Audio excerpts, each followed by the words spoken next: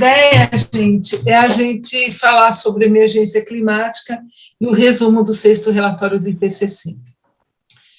Então, eu gosto de mostrar esse gráfico, esse slide aqui, que fala do Fórum Econômico Mundial, de quão importante é essa questão de emergência climática, né? Então, se a gente vai e analisa aqui o que está acontecendo de maiores riscos, né, em termos de probabilidade, em termos de impacto, que é assim que o Fórum Econômico Mundial, que acontece todo início do ano, todo ano, que reúne os principais países, os países desenvolvidos, as grandes nações, as grandes empresas, quer dizer, é o maior evento econômico que existe hoje. Então, eles vão analisar as questões estratégicas e cruciais para a economia mundial. Então, em termos de probabilidade, os eventos climáticos extremos estão em primeiro lugar em 2021 e já estava desde 2020.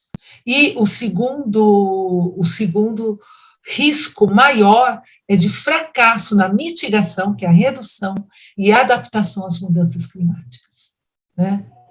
Caiu, gente? Ah, tá, não é que eu não estou usando o vídeo. Estão me ouvindo? Sim. Tudo bem? Tudo bem. Ah, ótimo. Depois, os danos ambientais, as doenças infecciosas, estava lá atrás, mas em 2021 ela subiu para os 5 primeiros, por conta do Covid-19 e a perda da biodiversidade. Em termos de impacto, as doenças infecciosas foram as primeiras, o fracasso na mitigação e adaptação às mudanças do clima ficou em segundo lugar. Existe também uma outra questão que não tem nada a ver com o clima, mas que também é uma ameaça enorme, que são as armas de destruição em massa, né? Que é um impacto muito grande. A perda da biodiversidade está em 4º lugar e crises de recursos naturais. Então, vocês vejam que as mudanças climáticas, elas aparecem no topo dos riscos, né, com relação à questão econômica.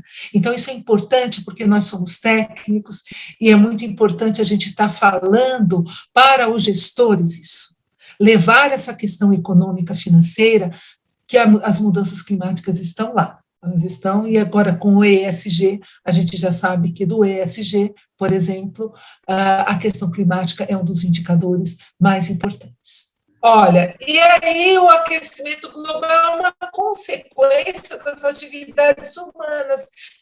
Aquilo que era natural, aquelas emissões de gases de efeito estufa naturais, né, que preservavam a vida no planeta e propiciam a vida no planeta, que é o nosso único planeta que tem vida, passou a ser um problema, porque começou a aumentar essa concentração e começou a aquecer demais.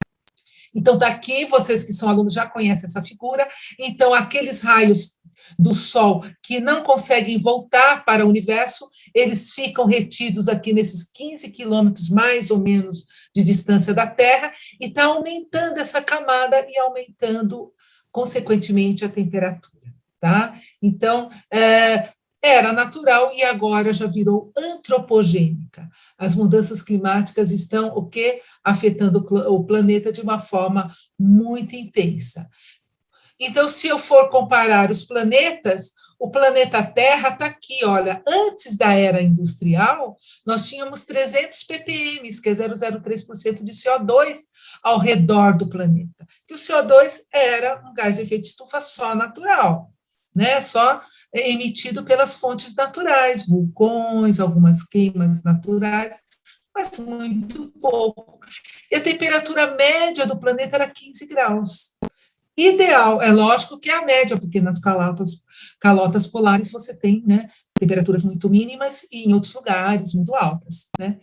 E em Marte é o contrário, quase todo o CO2 está no solo, não tem essa camada de gases, né, que rodeiam o planeta. Então, olha só, a atmosfera é rarefeita e não consegue reter esses raios infravermelhos, então a temperatura fica negativa.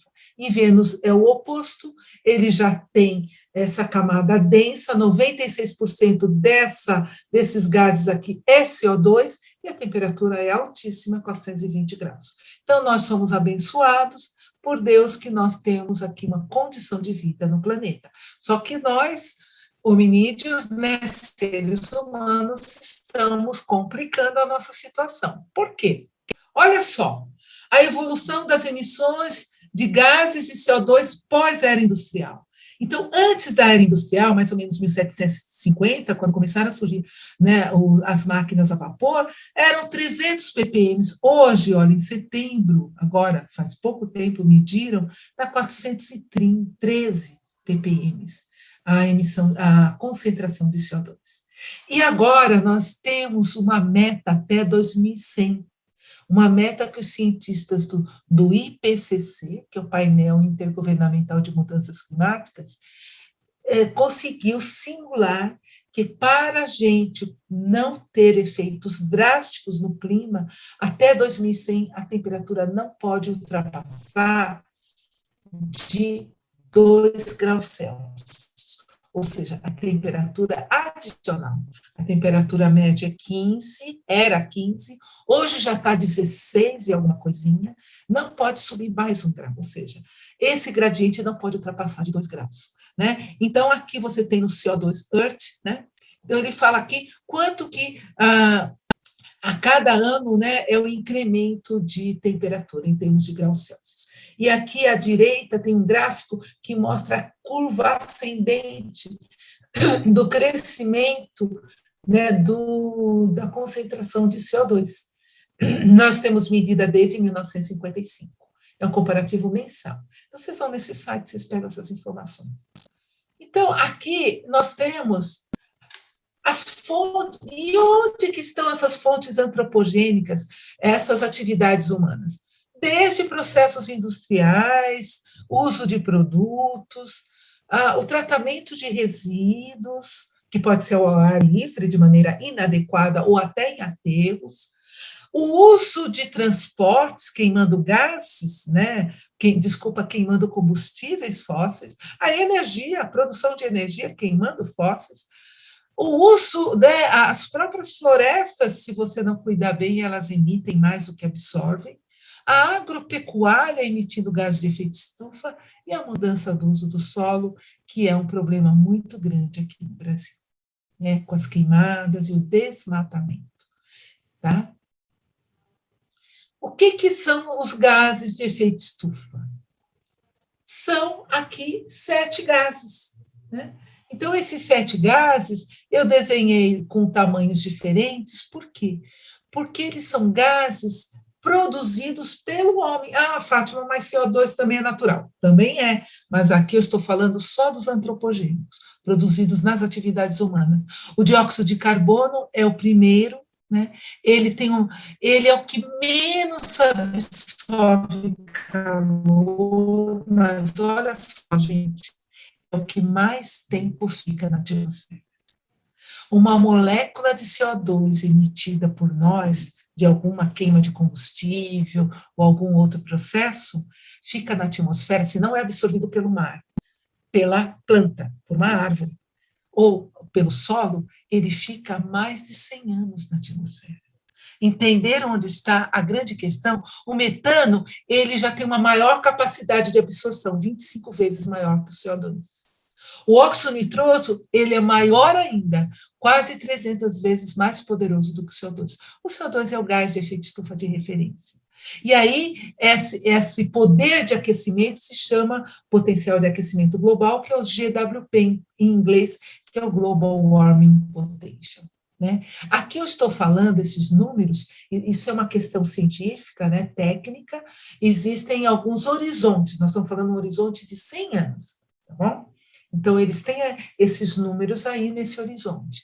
E olha aqui, os efeitos dos GEs é cumulativo ao longo do tempo, porque possuem diferentes tempos de permanência na atmosfera. O metano fica até 12 anos, o óxido nitroso mais de 100.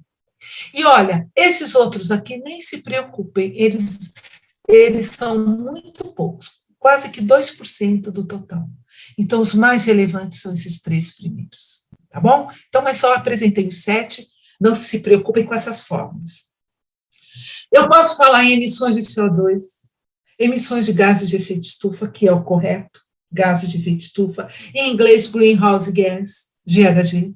Posso falar em emissões de carbono, CO2 equivalente, que, na verdade, quando eu transformo todas as emissões na unidade métrica de CO2 equivalente. Então, isso, no dia a dia, a gente fala, emissões de CO2, emissões de carbono é a mesma coisa, representam todos aqueles 7 gases, tá? Às vezes, CO2 não, às vezes, se você falar inventário de CO2, o pessoal está simplificando, né? Em documentações técnicas científicas, quando é CO2 só, é o gás de GWP1, né? Mas o correto é falar CO2 equivalente quando ele trata de outros gases além do CO2. Mas corriqueiramente a gente fala, até errado, fala emissões de CO2, né? Mas não é só CO2 que são gases de efeito estufa. O CO2, as fontes dele estão aqui: desmatamento, queimadas, queima em transportes, né? Aéreo, terrestre, na queima de combustíveis fósseis, né? De equipamentos industriais, fornos, caldeiras. Então, nós temos aqui a emissão de CO2, que é a mais abundante. Já vou mostrar para vocês quanto. E o metano, gente, a remoção de metano é crucial. Eu pus aí em cima, esqueci de descer. Mas o CH4, que é o metano, ele é emitido em dejetos de suínos e bovinos, ele é emitido aqui em queimadores, na queima em instalações em indústrias e no campo, e em vazamento em tubulações. Então, o metano, ele é um gás muito importante. Então, CO2, metano, e a remoção do metano, vocês vão ver que é importantíssima. E aqui, olha, o óxido nitroso, que é o terceiro mais importante. Onde que eu posso estar falando de óxido nitroso? Né? No manejo do uso do solo e fertilizantes, o óxido nitroso, ele é o mais abundante, é aqui, quando eu utilizo fertilizantes nitrogenados.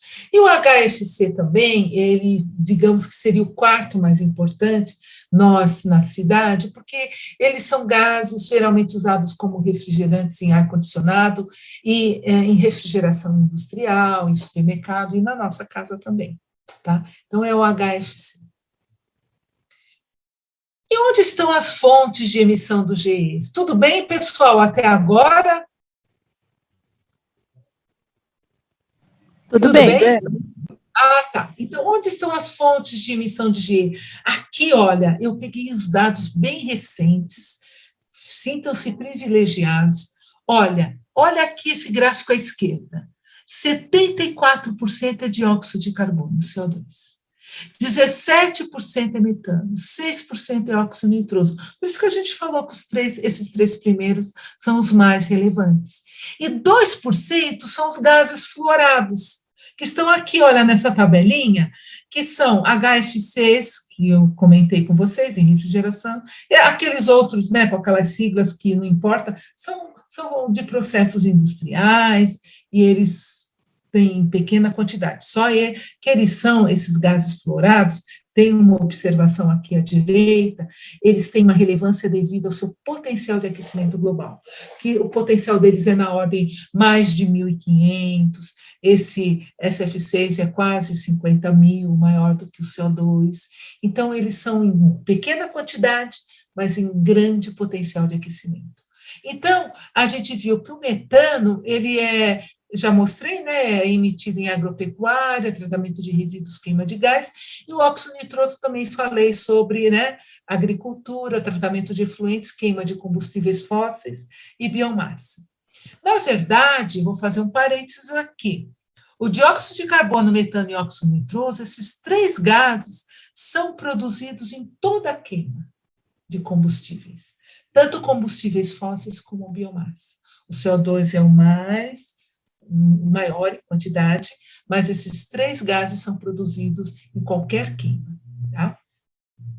Então, se você pensar que o CO2 é o mais relevante aqui com 74%, onde que ele é emitido? Olha só, 89% do CO2 é o uso de combustíveis fósseis, né, para transportes e para produção de energia, principalmente, e na indústria também, tá? Aqui, 7% no uso da terra, né?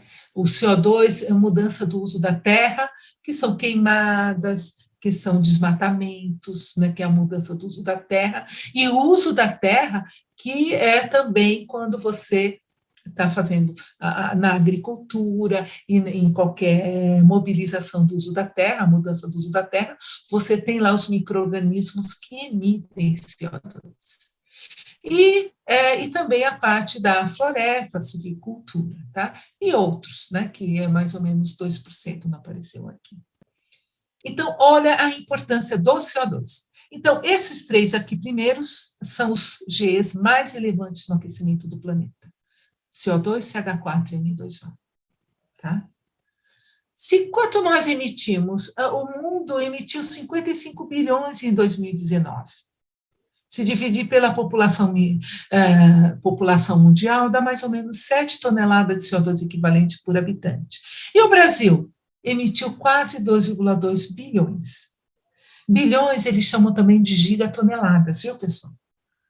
Que dividir pela população do Brasil dá 10,4 toneladas de CO2 equivalentes. Bem relevante, maior do que a média mundial. A média mundial está considerando países muito pobres, que não emitem quase nada também, e países muito ricos, que emitem muito. Então, o Brasil ele é o 6º maior emissor de GE. Tá? Então, fiz um comparativo aqui. E aí? E essas mudanças climáticas, esses eventos extremos e as vulnerabilidades, como é que elas estão acontecendo? Tá? A gente está vendo agora com o evento da COP, que está vindo e está se falando muito em mudanças climáticas, estão acontecendo vários webinars, várias conferências pré-COP, e está sendo muito interessante e cada vez mais a gente tem sim que se inteirar desse assunto. Então, essas mudanças estão acontecendo, gente, a cada ano estão ficando mais extremas, com uma maior frequência. Então, o aquecimento médio de apenas 1,1 grau, que é a média que estão estimando desde a era industrial, que era 15 graus a temperatura média, já estamos em 16,1, mais ou menos, né, em relação aos níveis pré-industriais. Então, a gente viu agora em julho a enchente na Alemanha e na Bélgica, como nunca antes visto. Então, destruíram edifícios, carros, mais de 1.000 pessoas continuam desaparecidas nesses eventos. Olha o impacto. Olha a relevância. E o que eu achei interessante foi o que a Angela Merkel falou, ela acabou de sair do comando, né, de vários anos na Alemanha, ela falou o seguinte, que o orçamento do governo dela para extinguir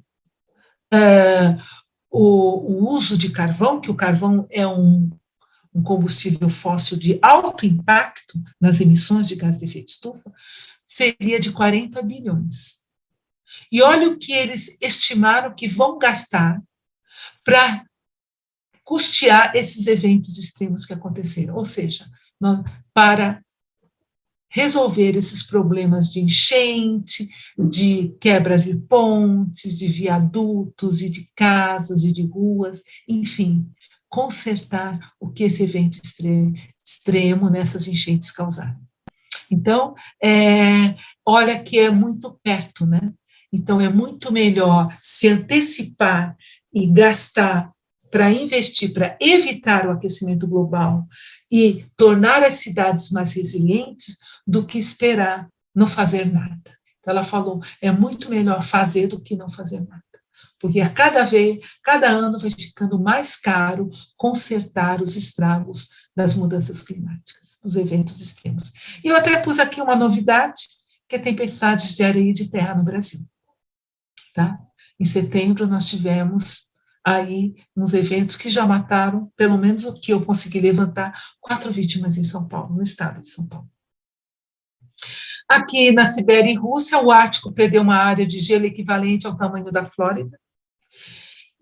É interessante como, né, no verão deles, isso começa a queimar entre junho e meados de julho de 2021.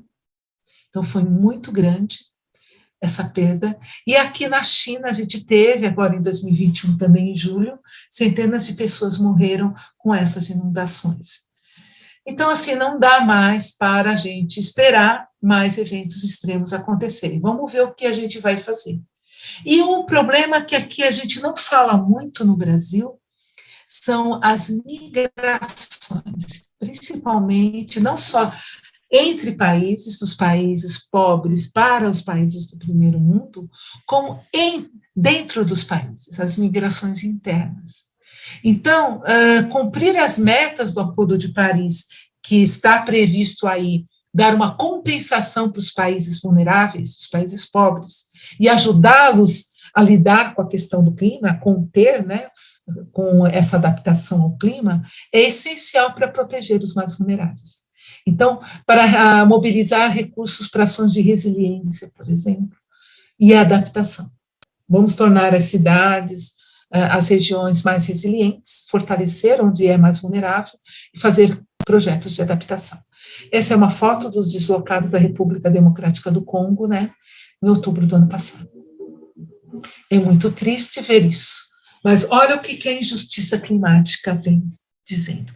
Já não é de hoje que o pessoal do IPCC, os cientistas falam, que os países mais pobres, os que menos contribuíram para o aquecimento global, vão ser os que mais vão sofrer as consequências, né, vão ser os mais afetados pelo clima, pelas mudanças climáticas. Então, se nada for feito, 216 milhões de pessoas serão forçadas a migrar no seu próprio país, né? Sendo aqui, olha, África subsaariana, 86, leste asiático, sul da Ásia, norte da África, América Latina, 17 milhões, e Europa Oriental e Ásia Central. Então, por que eles estão migrando? Escassez de água, né? Queda da produtividade de lavouras, perda de empregos, aumento do nível dos mares. Alguns países, inclusive, estão saindo, né? Estão perdendo sua população porque estão perdendo terra, né? Estão perdendo área e soberania. Então, essas ações, eles comentam nesse relatório aqui, Groundswell, o Banco Mundial é das entidades que mais levanta dados sobre mudanças climáticas, inclusive de vulnerabilidades. Quem quiser levantar dados, vai lá no Banco Mundial. Ele fala que ações imediatas para reduzir essas emissões globais são muito importantes os projetos verdes, né, para conter esse movimento migratório, porque todos vão perder, que pode aumentar em até 80%. Aqui nós temos, a ONU publicou as migrações ambientais, ela publicou esse gráfico, e a gente vê aqui no Brasil, na bacia do Rio Amazonas, e aqui mais a oeste, né, da América do Sul, aqui a região que mais nós vamos ter problemas de migração. E alguns países aqui insulares, algumas ilhas, tá? Aqui vocês vejam que os países que têm um nível baixo, né, próximo do nível do mar, e aqui à direita também, são os países que mais vão sofrer, inclusive a Itália e a Inglaterra. Né? Aqui na África subsaariana, né? E nós temos aqui as ilhas que mais vão sofrer. Então, aqui eles vão desde 60 mil pessoas, quando tem só uma pessoinha aqui, até mais de 10 milhões de pessoas que vão precisar migrar. Então, esse é o mapa. O IPCC, que é o Painel Intergovernamental de Mudanças Climáticas, que é o órgão da ONU que lida com essa questão, né, o braço técnico da ONU com relação ao clima, ele faz essa análise periodicamente e tem contribuição de cientistas do mundo todo, né, inclusive do Brasil. O IPCC, então, nós vamos falar agora do relatório, né? Do relatório do IPCC. O relatório ele traz uma visão clara do estado atual das mudanças climáticas e quais as ações que devem ser implantadas. E agora ele já falou o seguinte: os governos precisam agir de uma forma a implantar ações transformadoras. para evitar um futuro calamitoso. Nós vamos ver os dados aqui, estão bem claros, viu, gente? Está bem claro para a gente entender. Essa é a capa do relatório do IPCC, foi publicado no dia 9 de agosto agora, de 2021. Eles chamam de AR6, em inglês é Assessment Report, AR6. Então, é o sexto relatório, desde que ele começou a emitir, né, esses relatórios do IPCC. Então, esse trabalho do IPCC, ele tem uma base física, dados físicos da grande maioria dos países do mundo todo, né, das situações, olha que interessante, do passado, do presente, e ele monta cenários futuros. Então, ele vai analisar cenários futuros. Então, ele faz uma predição, né? E ele foi finalizado, esse relatório aqui, por 234 autores e 195 governos. Então, realmente é bem democrático e está sendo feito por todos, né, desse planeta, todos os responsáveis de cada país. Então, olha a síntese, eu estou trazendo 2 slides, aí depois eu vou mostrar para vocês alguns gráficos, algumas figuras, que explica melhor esses itens que eu estou falando aqui. Aqui é só o esquenta, tá? Para a gente ficar alerta, daqui a pouco nós vamos falar com mais detalhes.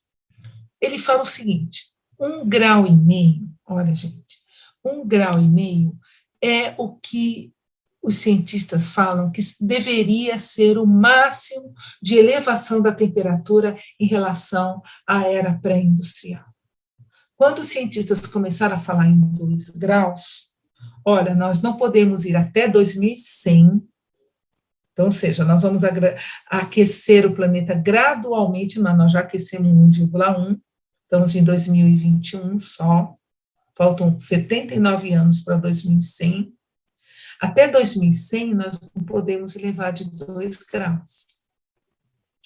Só que quando aconteceu o Acordo de Paris, lá a COP21, que foi na França, em 2015, há 6 anos atrás, quando eles falaram dessa meta, os países insulares, em torno de 30 países, mais ou menos, eles invadiram, quem foi lá contou essa história, invadiram as salas onde estavam sendo definidas essas metas, estavam sendo definidas, e falaram o seguinte, não pode ser 2 graus, tem que ser 1,5 grau, porque senão nós vamos perder nossos países, nós vamos ter que migrar, nós vamos ser cobertos pelo mar, por causa do degelo. Então, por isso que eles falaram, olha, então aí começaram a tentar reduzir essa meta para 2 graus, não mais, de 2 graus para 1,5 grau, tá? E no caminho mais ambicioso, ou seja, eles traçaram alguns caminhos. Olha, se a gente for muito efetivo no combate às mudanças climáticas, ao aquecimento, reduzir muitas emissões, então tem o caminho mais ambicioso, melhor, e tem o pior, que é se não fizer nada. Então, no caminho mais ambicioso, ou seja, se a gente quiser alcançar só 1,5 grau, nós vamos ter que até 2030 alcançamos 1,5 grau nos anos 2030 e as temperaturas voltam para 1,4 no final do século. Mas o que a gente vai precisar fazer para chegar em 1,5 grau em 2030?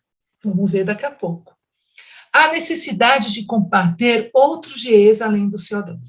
Então, se o CO2 ele é a maior emissão, 70 e poucos %, então, além do CO2 no curto prazo. E as emissões de metano, olha só, um poderoso gás de efeito estufa, ele é 25 vezes mais poderoso do que o CO2, são muito preocupantes. Os Estados Unidos já começaram a implantar projetos de combater metano, especificamente o metano. O mundo natural será prejudicado com o aumento do aquecimento. Ecossistemas terrestres e oceanos, eles já estão com a sua capacidade limitada de absorver o CO2. Porque o oceano, ele absorve a maior parte, que é 80%. Depois vai uma parte para o oceano, uma parte para a Terra e outra parte para a atmosfera. Então, o oceano e a Terra já absorveram o que puderam absorver. A Terra, a gente fala, é a vegetação, né? Para frear o aquecimento, os tomadores de decisão, eles precisam implementar planos de emissão líquida zero, ou seja, o que eu emitir, eu vou precisar capturar, de alguma forma. A remoção de CO2 é uma ferramenta crucial, mas só será útil quando acompanhada por rápidas e profundas reduções de emissões. Então, vamos remover por um equipamento? Vou mostrar já para vocês. Vamos remover? Dá para fazer isso? Estão ensaiando alguns métodos, porque o que a gente conhece até hoje é a remoção natural pelas florestas. As estimativas do orçamento de carbono restante foram melhoradas desde os relatórios anteriores, mas o orçamento de carbono permanece praticamente inalterado. Esta é uma das partes mais graves dessa questão. Vou mostrar para vocês. O orçamento, ou seja, quanto que nós podemos emitir em toneladas, em bilhões de toneladas até o final do século. A gente podia emitir 1 trilhão de toneladas. A gente já emitiu quase 2,5 trilhões. Só resta mais ou menos de perto de 500 bilhões de toneladas. As emissões causadas pelo homem, então, eles finalizam falando, são responsáveis pela quase totalidade do aquecimento global. Não é pela totalidade, é pela quase. E olha aqui, esse é um dos gráficos que está mostrando os 5 cenários definidos pelo IPCC. O sexto relatório, ele aprimorou, ele já vinha mostrando esses gráficos de quais seriam os cenários futuros da mudança da temperatura global na superfície da Terra, desde 1850 e 1900. Olha, então aqui você tem esse gráfico, então ele dá umas siglas aqui, ele dá 1, 2, 3, 4, 5, estão vendo? Baixa emissão, continua baixa emissão, mas ele está chamando esse SSP 1,9, ele dá uma sigla, depois esse 2,4, 4,5, esse 3,7 e 5,85, é alta emissão. Se a gente não fizer nada, olha, nós estamos aqui em 2020, estão vendo? A mudança de temperatura está na faixa de 1,1 grau, esse histórico, aqui são os dados históricos, em amarelo. Se a gente não fizer nada, qual vai ser a predição deles? Olha, nós vamos subir até 2100 para mais ou menos 4,5, quase 5 graus, 4,8 graus. Se a gente fizer muitos esforços, mas muitos esforços, e chegar nesse patamar aqui de baixo, do SSP 1,9, vai ser o mais otimista. Então, vão ser grandes esforços de redução. Mais de 50% de chance de... Mesmo assim, a gente vai ter mais de 50% de chance de atingir 1,5 entre 2021 e 2040. De atingir a meta 1,5 e ultrapassar um pouquinho. E assim vai, aí vai aumentando 1,5 para mais, tá vendo? Aqui já chega a quase 2, aqui já é 2,5 passado, 2,7, assim vai. São os prognósticos do IPCC. Tudo bem, gente? Deixa eu sair um pouquinho aqui e ver vocês. Pessoal, alguém quer falar algo? Fátima, hoje, no caminho que eu estava vindo para cá, eu ouvi no rádio, Estou conseguindo acompanhar. Está ouvindo? O que você viu no rádio? Eu ouvi no rádio o seguinte, que agora a gente está numa época que antigamente a gente falava, no futuro vai ter o aquecimento, no futuro agora não, já chegou, né? E que que essa geração de agora, eles não estão mais acreditando no futuro, porque eles estão com aquela depressão climática, né? O pessoal está meio desanimado, porque eles acham que não tem muito mais o que fazer, porque o 1,5 grau já subiu, e o degelo já começou, né? Mas, assim, a gente tem que acreditar que sempre tem alguma coisa para fazer, né? Exatamente. Existe, tanto que é aquele primeiro cenário mais otimista. Mas, inclusive, a gente vai precisar, eles até comentam sobre a mobilização da sociedade civil, que é muito importante, principalmente os jovens, para se mobilizarem para pressionar realmente os dirigentes, né, as lideranças de todos os países no sentido de implementar projetos. Não dá mais para esperar. Então, a nossa posição é muito importante de divulgar essas informações. Eu estou tirando meu vídeo, gente, por conta, né, da internet aqui não fica fraca, tá bom? Eu vou voltar lá, então. Fátima, licença. Fátima, Oi? licença. Licença, eu só tenho uma dúvida também. Oi, Myron, sim? Isso. Eu tenho uma dúvida quando você fala que são 7 gases de efeito estufa, porque uma coisa que me deixou curioso foi ler naquela especificação do Programa Brasileiro GHG Protocolo, porque lá eu não vi informando sobre o NF3, falando só 6 gases que são regulados. Ah, Myron, boa observação. Olha, estou gostando desse aluno demais. Myron, é o seguinte, o NF3, ele é o 7º gás de efeito estufa, ele entrou faz pouco tempo, faz uns 4, 5 anos, uns 5 anos mais ou menos, que ele entrou. Ele é produzido, ele é um gás que ele é utilizado na limpeza da produção de telas LCDs, né, nessas telas que são usadas nas mídias, nos equipamentos de mídias, televisores, celulares e computadores. Então, como teve um aumento muito grande desse setor, aumentou muito o consumo desse NF3. E eles já minimizaram, já estão produzindo, usando menos e procurando alternativas, mas como viram que ele estava sendo muito utilizado, puseram como 7º gás justamente para influenciar, né, pressionar essa redução. Mas é porque aquele vídeo deles é um pouquinho anterior à entrada do NF3, tá bom? Perfeito, tranquilo. E só complementando aqui, uma outra dúvida que eu tenho rapidinho também, é quanto às questões de mitigação dos gases de efeito estufa, porque uma coisa que me deixou curioso foi o seguinte, sobre se existe alguma medida de mitigação que é aplicada diretamente nas fontes. Por exemplo, uma fonte pontual, uma fonte estacionária. Então, usa como combustível, por exemplo, o diesel. Não existe nenhum, por exemplo, chutando aí um filtro de mangas, um lavador de gases, um ciclone que possa fazer diminuir a emissão dos gases de efeito estufa desse processo, porque, assim, quando a gente faz esses cálculos, pelo que eu estou entendendo, considera mesmo os dados de produção e o fator resistente. Então, não considera se o sistema está funcionando com alguma medida aplicada naquele momento, como, por exemplo, um fator de redução de emissão, por exemplo. Isso existe? Olha, quando você queima combustível fóssil ou até biomassa no equipamento, você produz CO2, quase 99% é CO2. Depois tem o N2O e o metano, né, o CH4. E você produz. O que você pode fazer é aproveitar aquele CO2 para produzir algum trabalho, né? Mover turbinas, acelerar. Você pode, tem algumas empresas que ficam. Teve uma empresa no sul do Paraná que eles puseram uma fábrica de bicarbonato de sódio do lado de uma fábrica de fermentação que produzia CO2. E aí você tem aí um sistema de uma fábrica inteligente, né? Mas não existe não, ou você enterra esse CO2, ou você produz algum trabalho, você faz alguma coisa com ele, né?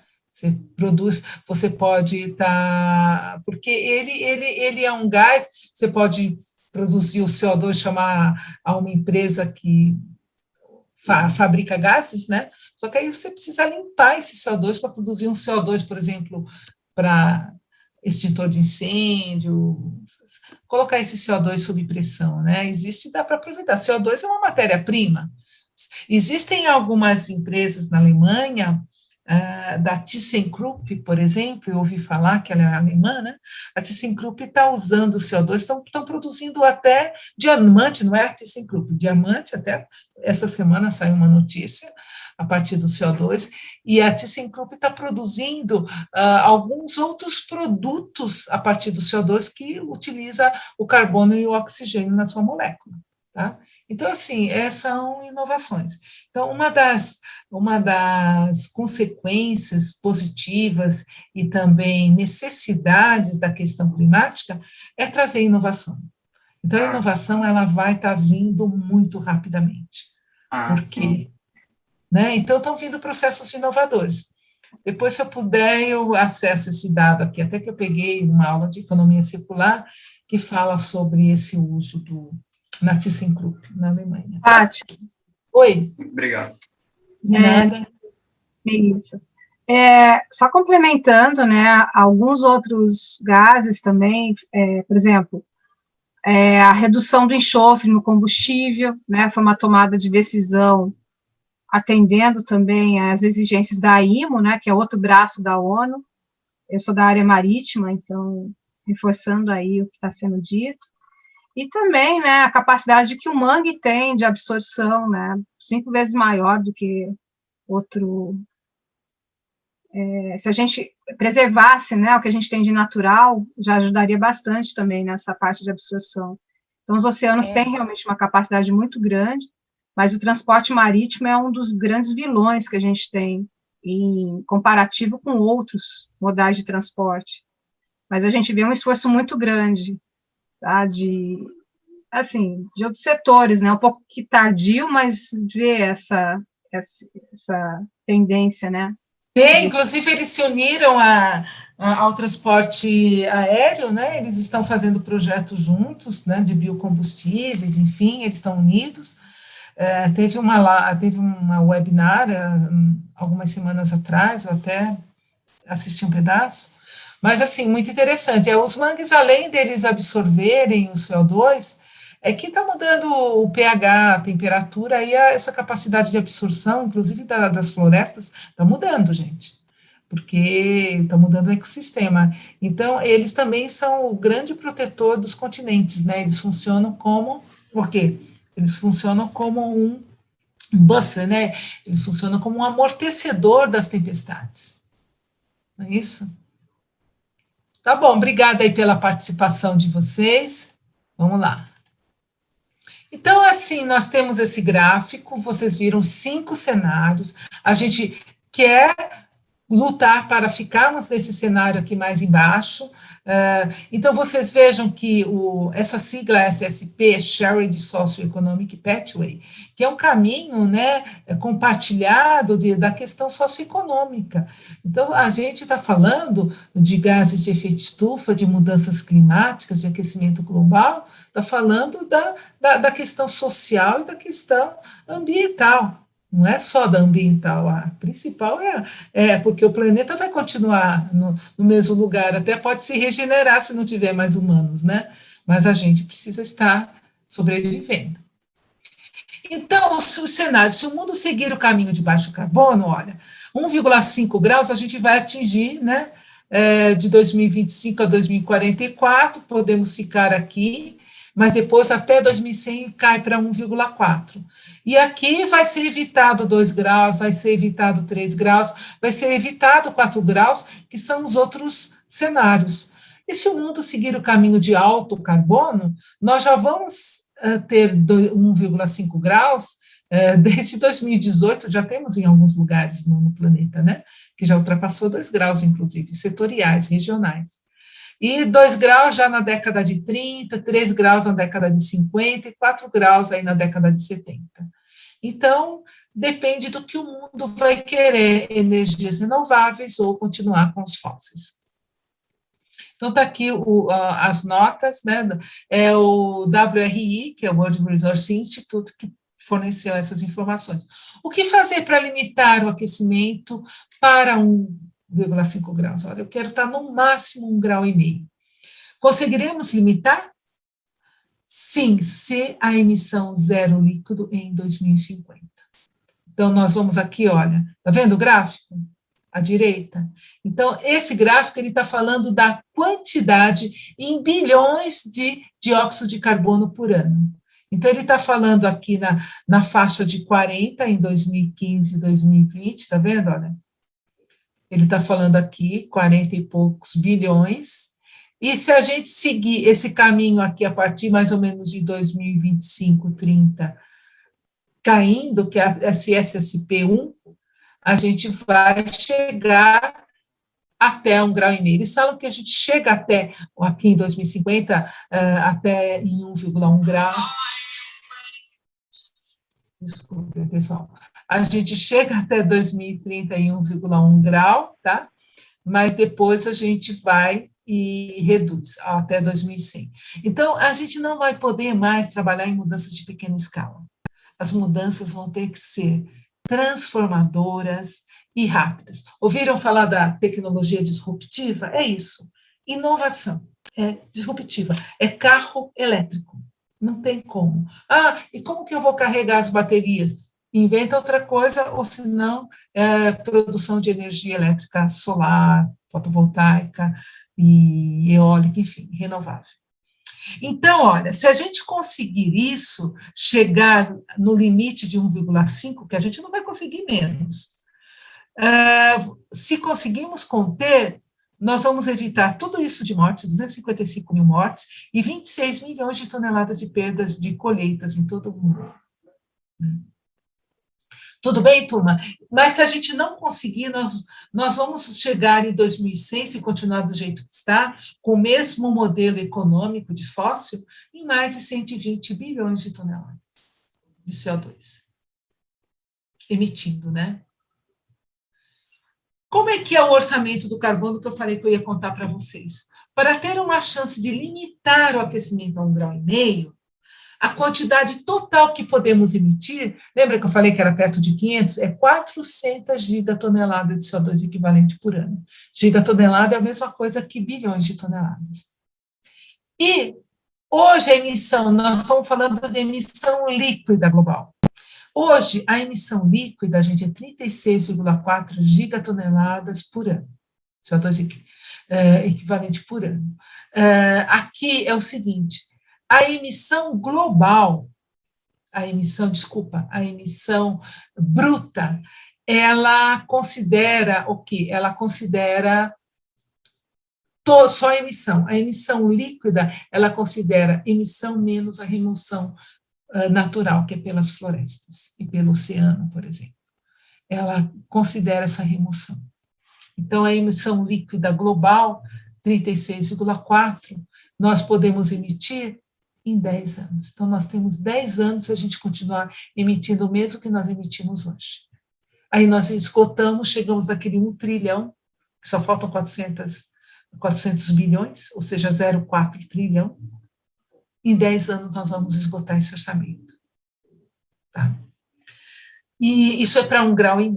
As mudanças rápidas e transformadoras, a gente vai precisar mudar o nosso modelo econômico para energias renováveis, conforme eu falei, mudança de hábito, mudança do consumo de produtos e serviços.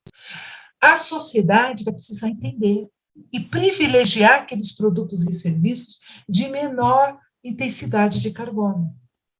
Vai precisar reduzir o consumo e fazer gestão das suas atividades, gestão dos seus consumos inevitáveis e reduzir ao máximo. Não são só os países, as empresas, não é só uma entidade lá que eu estou criticando aqui, sou eu. O que nós vamos fazer? Primeiro, se capacitar e entender o que pode ser feito, né? Então, nós vamos ter que ter cortes profundos nas emissões de metano. Por que o metano? O metano, gente, ele é um caso à parte que eu já vou detalhar. Ele é 25 vezes mais poderoso que o CO2, ele vive pouco tempo na atmosfera, mas se ele for no horizonte de 20 anos, ele é 80 vezes mais poderoso que o CO2. No horizonte de 100 anos, ele é 25 vezes. Então, a curto prazo, se eu reduzir a emissão de metano, eu consigo reduzir mais as emissões que estão na atmosfera, entendeu? O impacto é maior da redução. Então, redução da emissão de metano e implantar sistemas de captura de carbono, né? Mas os efeitos do sistema climático, gente, eles são cumulativos, né? Então, ele não responde de imediato, porque aquilo que a gente já emitiu vai ficar um longo tempo na atmosfera. Por isso que ele está falando aí, dos métodos é remover mecanicamente mesmo, tecnicamente, o CO2 da atmosfera. O sistema climático não vai responder de imediato, como, por exemplo, a elevação do nível do mar. Tá? O nível do mar e a mudança das correntes marítimas, eles não entendem muito o que pode acontecer. As simulações que eles fazem é com base em poucas décadas. E são processos muito grandes e complexos. E ainda tem a questão de vários eventos ao mesmo tempo, que podem acontecer ao mesmo tempo, e aí você tem um resultado que não se conhece até então. Então, os sistemas de captura de CO2, nós temos processos biológicos, que nada mais é do que a fotossíntese, onde o dióxido de carbono na respiração, né, de uma planta, principalmente das árvores, absorve o CO2 e emite oxigênio. Então, ele captura o CO2 e vai crescendo, né, o tronco das árvores, os galhos, as folhas. O que tem lá? Carbono. Carbono de onde veio? Veio do CO2 da atmosfera. Então, esses átomos de carbono que fazem as plantações crescerem, fazem as florestas crescerem, principalmente o reflorestamento, nada mais é do que o CO2 da atmosfera. Só que tem um limite. Não só tem limite de absorção, e limite da nossa capacidade de plantio e de reflorestamento e resolver os problemas das áreas degradadas, como eles também questionam se nós começarmos a ter muitos plantios no planeta inteiro, poxa, você vai ter uma situação que nunca foi antes vista. De uma hora para outra, você começa a aumentar, assim, assustadoramente a captura de CO2. Então, também é um processo que tem algum risco, até de plantar bilhões de árvores. E o outro é o sistema de captura e estoque de carbono, que nada mais é do que pegar o CO2 da atmosfera, como o Myron perguntou, o colega aí perguntou, e enterrar. Eu vou enterrar, ou eu enterro no solo, ou envio por um navio para enterrar lá no alto mar, correndo o risco de um terremoto trazer à tona de novo esse CO2, né? Esse carbono, que geralmente é CO2, que é o mais abundante. Então, é uma estocagem permanente, eu tenho que capturar. Agora, como que eu vou capturar no ar, né? Só o CO2, ou só outro gás de efeito de estufa? Então, essa é uma tecnologia que não está implantada, não. Existem projetos piloto, tal, mas até eu tenho assistido várias palestras, inclusive com o pessoal do IPCC, não está implantada. Em escala, não. Tá bom? Qual a importância da redução das emissões de metano, não é isso? Qual é a importância? Lembra que eu falei para vocês que a redução das emissões do metano antropogênico, claro, né, que é o CH4. Depois do CO2, o metano é o que mais contribui para a mudança climática, né, é o metano. Você tem 28 vezes mais poder de aquecimento do que o CO2 no horizonte de 100 anos. Esse 28 aqui, gente, é no Assessment Report, no AR6, tá? No último relatório. Eles vão atualizando esse potencial de aquecimento global, tá? Por isso que eu falo, quando a gente calcula as emissões, nós precisamos deixar as emissões por tipo de GE, porque aí, conforme vai mudando o potencial de aquecimento global, você muda os resultados. Então, esse 28 é já do AR6, né, do último relatório. Hoje, o GHG Protocol, que é a entidade que implanta que tem a metodologia, né, de inventários e de contabilização de gases de efeito estufa e o próprio IPCC, eles usam o AR4, que o metano é 25 vezes mais poderoso que o CO2. Né? Então, se você olhar aqui, olha, o metano à direita, achei muito interessante essa figura aqui, né, esse gráfico. Então, olha, pântanos e cultivo de arroz, olha, né, emissão, eles emitem metano. né? O pântano, ele emite metano. Não só absorve, como emite. Ele pode absorver CO2, mas ele emite metano. Os ruminantes aqui, olha, que é o pum do boi, né? Que é, na pastagem, o dejeto dos ruminantes. Energia produz o quê? Metano. As queimadas, os aterros sanitários, os oceanos e hidratos de gás e estações de tratamento de esgoto e cupins. Olha que interessante. Então, eles têm aqui, eles levantaram esse Instituto Max Planck, eles contabilizaram, né, fizeram esse trabalho de emissão anual global de metano. Então, a redução das emissões desse metano antropogênico, eles falam, o IPCC agora, nesse último relatório, ele fala que é uma das formas mais econômicas de limitar o aquecimento para 1,5 graus. Por quê? Porque ele é mais rápido. O metano, conforme eu acabei de falar, ele é muito mais poderoso que o CO2, e ele é um gás que ele tem um tempo de vida menor, tá? O tempo de vida dele é até 12 anos na atmosfera, mas ele é muito poderoso. Então, se você reduz, então você reduz esse poder todo de aquecimento. E aqui, a redução das emissões de metano agora, tem outra questão que ela é mais rentável. Por quê? Porque os custos da mitigação de emissões, gente, vai aumentar cada vez mais, né? E se quanto mais a gente demora para conter o aquecimento global, para reduzir as emissões, o custo vai aumentando. Então, se a redução das emissões de metano se forem aplicadas agora, ela vai trazer um benefício econômico, porque vai ser de menor custo.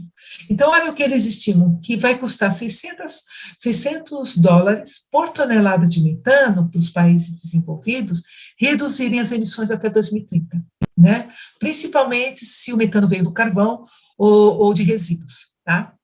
E para esses setores ainda pode ser melhor esse custo. E em 2050 os custos podem se tornar 50% maiores, tá? Do que até 2030. E aqui teve uma grande novidade no IPCC, que são os poluentes climáticos de vida curta, que eles causam dano à saúde e são GEs de vida curta.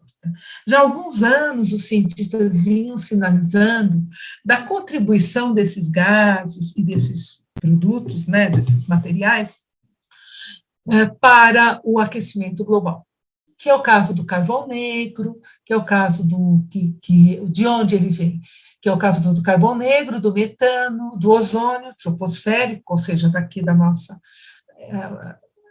acima, né, da Terra, onde vive o homem, e os hidrofluorcarbonetos. Então, o carbono negro, ele vai estar sendo emitido pelo carvão, pelo escapamento de diesel, né, na queima do diesel, e também em fogões, né, a queima do biomassa. E ele tem um impacto regional e local, né? Então, local e regional. E metano, ele, já falei para vocês, o gás natural, que contém metano, os vazamentos, inclusive nos flares, né, nos aquecedores, a pecuária, né, os aterros sanitários, e essa emissão é global. O metano é um GE já considerado dentro do protocolo de Kyoto, que foi o primeiro protocolo que definiu as metodologias, não é isso? As metodologias de quantificação das emissões, começou com 6 gases, e agora nós estamos com 7 gases. Então, o metano já tem um impacto global. O ozônio troposférico, ele tem como fonte o metano, o monóxido de carbono, óxido, nitrogênio e compostos orgânicos voláteis, eles são precursores do ozônio, né? A presença desses gases, mais altas temperaturas, a incidência dos raios solares, vão gerar o ozônio, né? Por isso que em regiões de alto nível de transporte, tem uma grande incidência de ozônio. que é um problema grave para a saúde pública. Foi feito um trabalho no Parque do Ibirapuera, em São Paulo, alguns anos atrás, sobre os gases poluentes, feito pela CETESB, junto com outros cientistas, e sobre os gases poluentes na região do Ibirapuera. A região do Ibirapuera é uma região que ela é circundada por grandes avenidas e de intenso tráfego, Por quê? Então, esse trabalho que foi feito foi muito interessante, porque o ozônio, principalmente depois das 10 horas da manhã, onde você já teve grandes quantidades de gases saindo dos o ozônio subiu num patamar bem acima dos níveis permitidos. E pior do que isso, que eu achei muito interessante, é que o ozônio ele vai se deslocando dentro do parque. Então, agora está mostrando o que vocês estão vendo. Então, o que acontece? Nós temos aqui, tanto o hidrofluorcarboneto quanto o metano, eles têm um efeito global, eles são gases de efeito estufa, né? Estão entre os 7, não é isso? Então, as emissões fugitivas da refrigeração e do ar-condicionado, elas são aquelas emissões que são poucas em termos de quantidade, mas intensos em termos por conta do potencial de aquecimento global dessas moléculas. Então, combater esses poluentes de vida curta é importante por conta da poluição do ar, que traz benefícios à saúde e ainda controla as mudanças climáticas. Então, a gente vai conseguir atingir 2 grandes objetivos, tá bom? Os acordos internacionais do clima, a grande maioria de vocês já está habituada, né, com essa trajetória que já conhece. O painel começou aqui em 88, o painel intergovernamental de mudanças climáticas, foi criado, se preparando para a cúpula do clima, que aconteceu em 92, ou a Rio 92, ou Eco 92, que, né, foi criada até essa entidade, o NFCCC, que vai tratar também sobre a questão do clima. E aí surgiu o protocolo de Quioto, que em 2008 foi implantado, foi até 2012, não é isso? Então, o protocolo de Quioto, os países ricos que tinham metas de redução tiveram que reduzir. O Brasil lançou sua política em 2009, que termina, né, e até 2020. O ano passado, ele tinha que reduzir até de 36,1 a 38,9, mas segundo alguns analistas aqui no Brasil, a gente não conseguiu, a gente não vai conseguir, não saiu ainda o inventário do Brasil de 2020, mas aí a gente está vendo lá a gente está vendo naquela estimativas de emissões, né, de gases, com Tasso Azevedo, eles fizeram naquele site, eles fizeram um relatório onde eles declaram que as estimativas são de que a gente não vai conseguir atingir essa meta. A COP21 aconteceu em 2015, que é isso que nós estamos abordando agora, e foi prorrogada agora, ela não conseguiu concluir em 2020, conforme estava previsto para ser implantado, concluir em 2019 o seu relatório, para implantar em 2020, por conta de não entrarem num acordo, principalmente da questão econômica, e aí ela foi postergada, veio o Covid e foi postergada mais um ano, e será que, né, vai começar a entrar em 22 ou 23, porque tem sempre que dar um tempo para ser implementada, né, esse Acordo de Paris. Tá, gente? Tudo bem? Estão me ouvindo? Sim. Tudo bem? Sim, ótimo. A COP21, então, o que é a NDC? A COP21, ela foi uma conferência das partes, né, que todo ano acontece no final do ano, desde lá a Eco 92, né, então a COP agora vai ser a COP26, em novembro, esse ano eles anteciparam um pouco, é bom porque ela vai acontecer na Europa e vai estar frio, para não estar tanto frio assim. vai acontecer no início de novembro, um mês com antecedência do que costuma ser. Então, essa COP26, a Conferência das Partes, ela é a consequência da COP21, que estabeleceu o Acordo de Paris, e no Acordo de Paris eles colocaram esse nome, Contribuição Nacionalmente Determinada, porque no Acordo de Paris, os países levaram voluntariamente as suas metas de redução, seus acordos, seus esforços, o que eles vão fazer para conter as mudanças climáticas, tanto em mitigação quanto em projetos de adaptação e de resiliência das cidades e das regiões. Então, surgiu esse termo, Contribuição Nacionalmente Determinada, do que é um documento que cada país entregou na COP21 com seus compromissos, tá? Para o período de 2020 a 2025. Deve ser prorrogado, né? De acordo com o que vai acontecer agora em novembro, vão definir aí o período de implantação do Acordo de Paris. Então, é um processo denominado Balanço Global, Global Stockade, com os objetivos de reduzir emissões, a mitigação, construir resiliência às mudanças climáticas e alinhar o apoio financeiro à ação climática necessária. O apoio financeiro, é esse que foi a questão nevrálgica aqui do Acordo de Paris. E alinhar o financiamento para minimizar e tratar perdas e danos climáticos. Que o maior confronto aqui, desde o Acordo de Paris, né, desde essa COP21, foi a questão que eu falei para vocês, os países insulares pediram para reduzir a ambição, não mais 2 graus, tem que ser a meta, e sim 1,5 grau. Eles conseguiram dar um jeitinho e falar, olha, 2 graus, mas nós vamos fazer esforços para reduzir para 1,5 grau, o máximo de aquecimento, ou seja, cada país tem que construir a sua NDC com metas de maneira a não ultrapassar 1,5 grau. Então, eles vão ter que somar quanto que cada país vai reduzir, subtrair do que a gente faz hoje, do que a gente emite hoje, para ver se atinge esse 1,5 grau.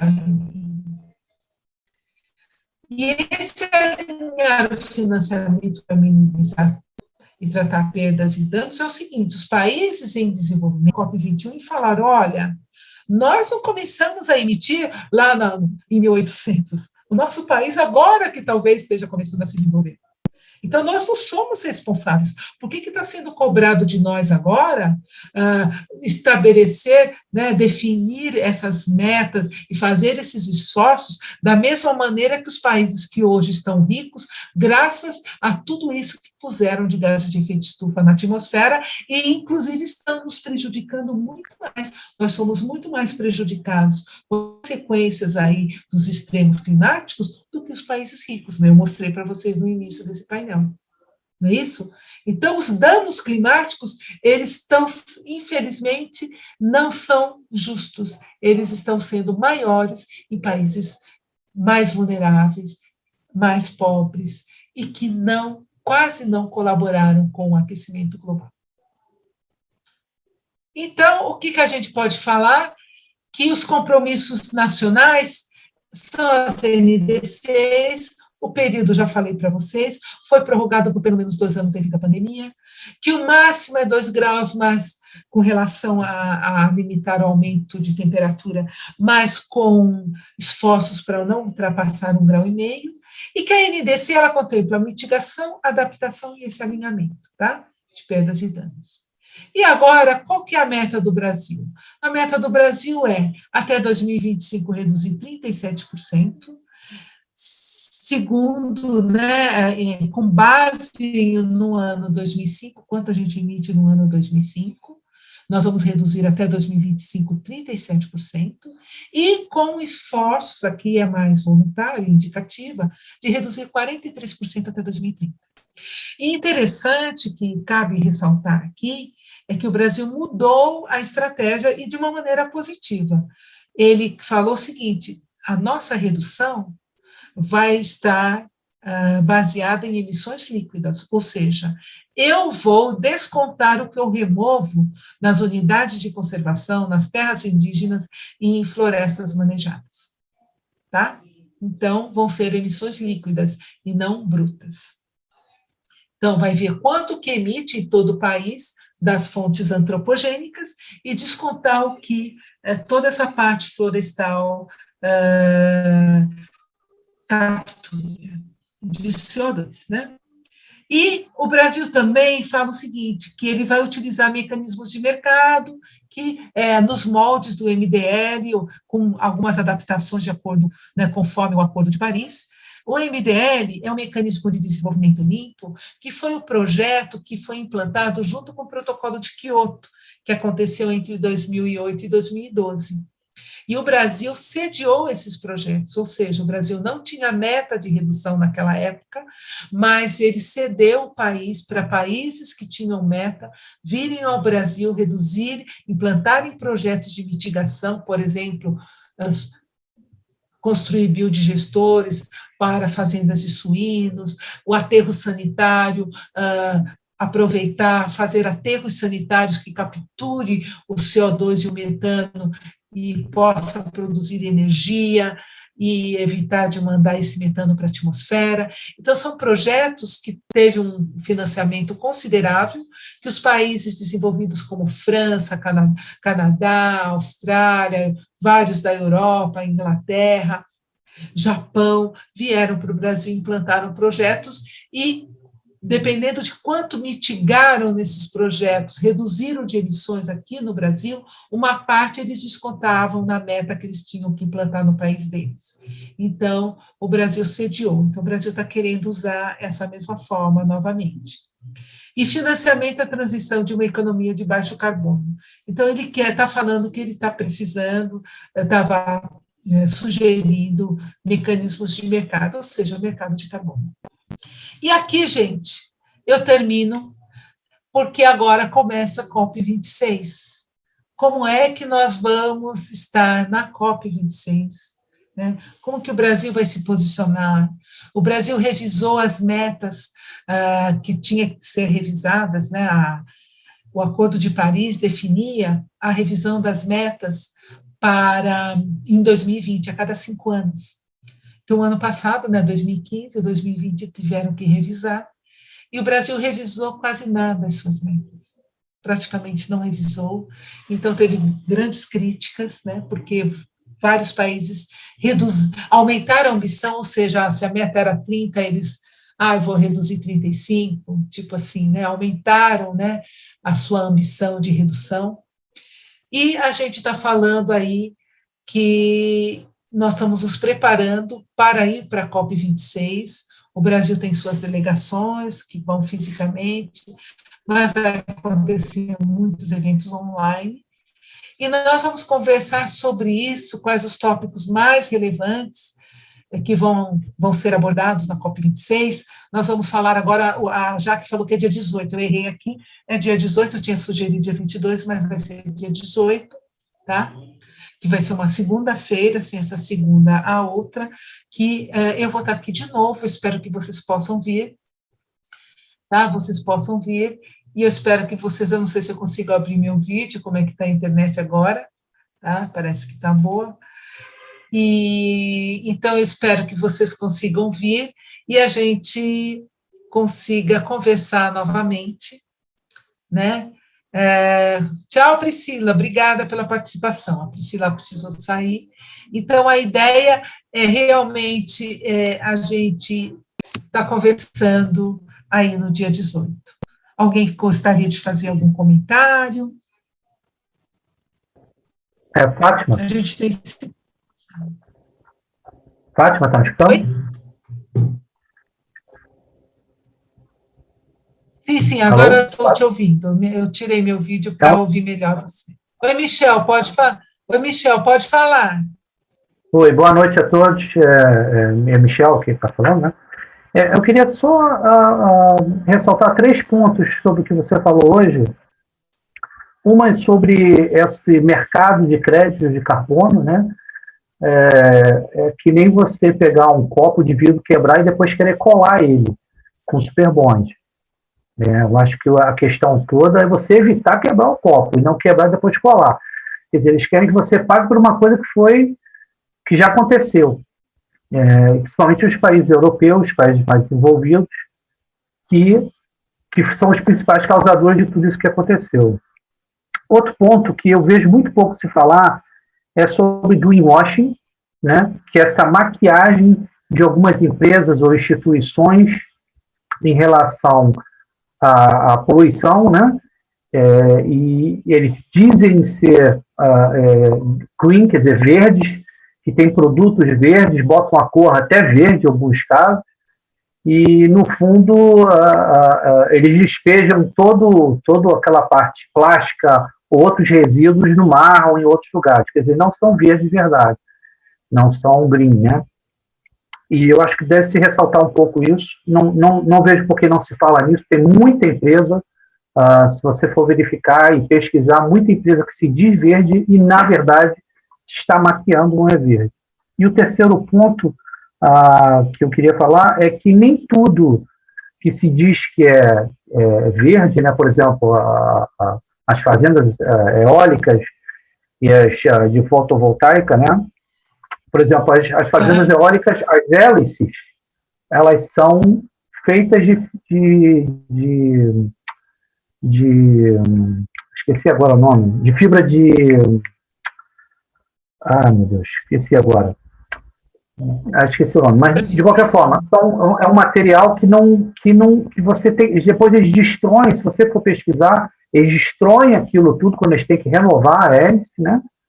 Eles destroem elas e depois tem que colocar em algum lugar, porque aquilo não queima, aquilo não some. Então são resíduos, né?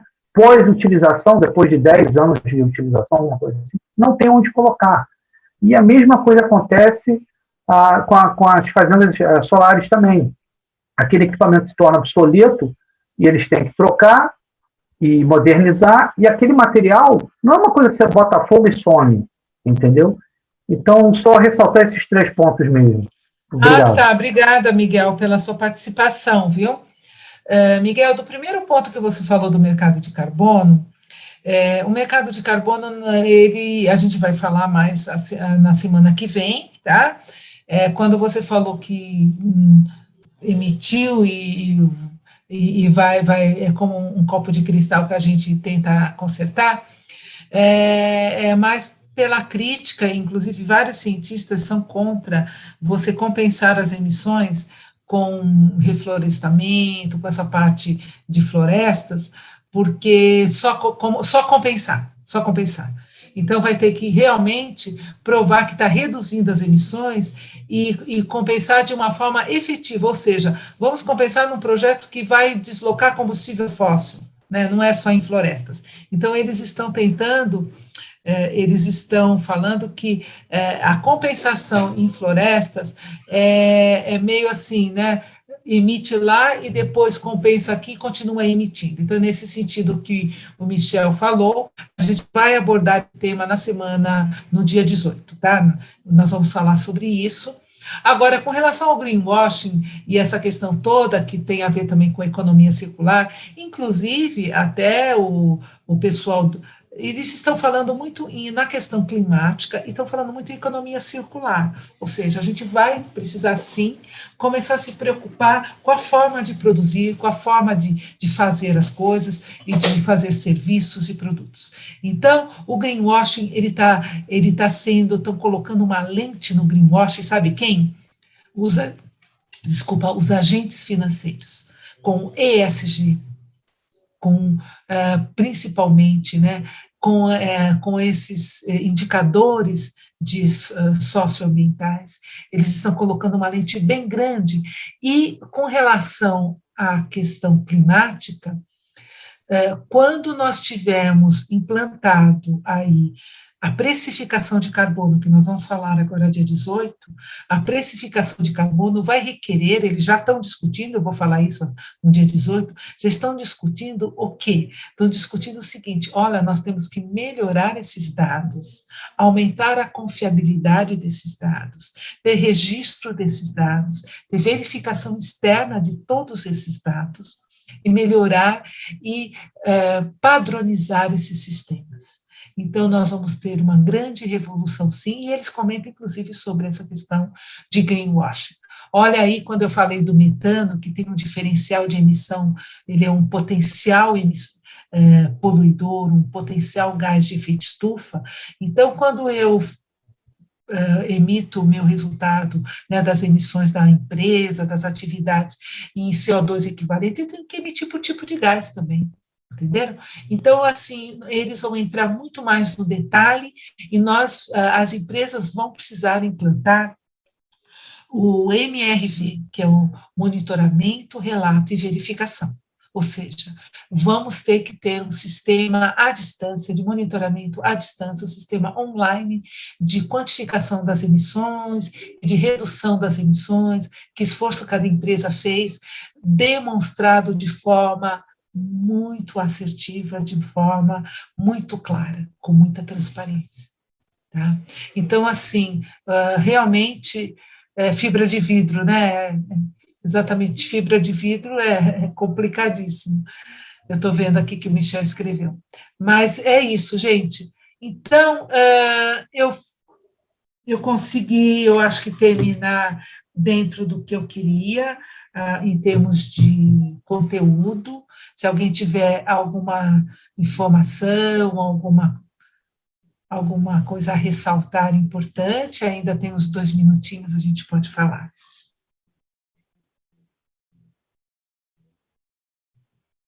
Deu para entender? Foi fácil para vocês?